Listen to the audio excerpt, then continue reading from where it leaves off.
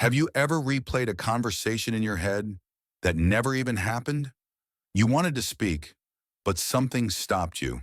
Your chest felt tight, your mind went blank. And later you wondered, why didn't I just say something?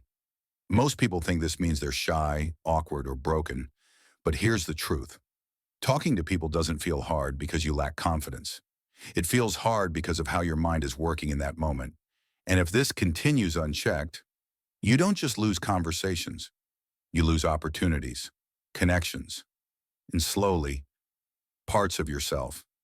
So let's understand what's really going on, because once you see it clearly, this struggle starts to loosen on its own.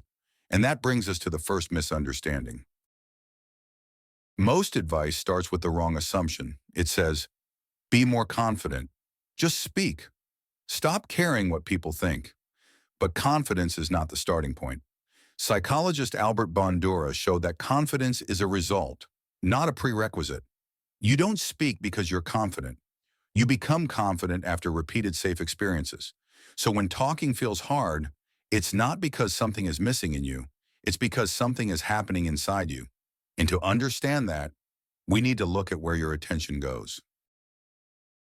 Here's what happens right before you freeze. Your attention shifts. Instead of noticing the other person, the room, or the moment, your attention turns inward. Suddenly, you're monitoring yourself. How do I sound? Do I look weird? What if I say something wrong? Psychologists call this self-focused attention.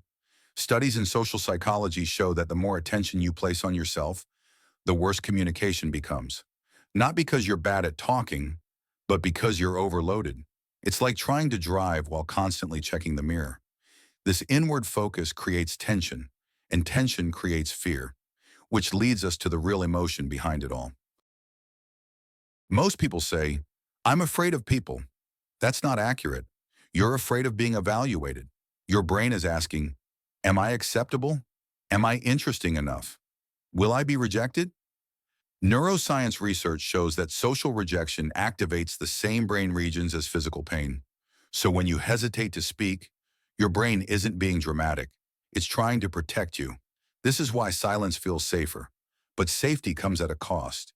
Because the more you avoid speaking, the more your brain learns, silence equals safety. And that creates the next problem. Once silence becomes safety, your mind starts overworking. You plan every sentence. You rehearse responses. You try to say the perfect thing. But here's the paradox. The more you try to control conversation, the less natural it becomes. Research on cognitive load shows that when the brain is busy monitoring itself, it loses spontaneity. That's why relaxed people seem effortless. They aren't smarter. They aren't better speakers. They're simply less inside their own head. So how do they do that? Not with tricks, but with a subtle shift. Here's something successful communicators understand. They don't focus on being interesting. They focus on being present. Instead of asking, what should I say? They ask, what's happening right now? This idea appears in books like How to Talk to Anyone and the Charisma Myth. Charisma isn't about impressing. It's about attention outward. When attention moves outward, fear softens. Thoughts slow down. Responses come naturally. You don't force words. You allow them. And this leads to the final realization. Conclusion.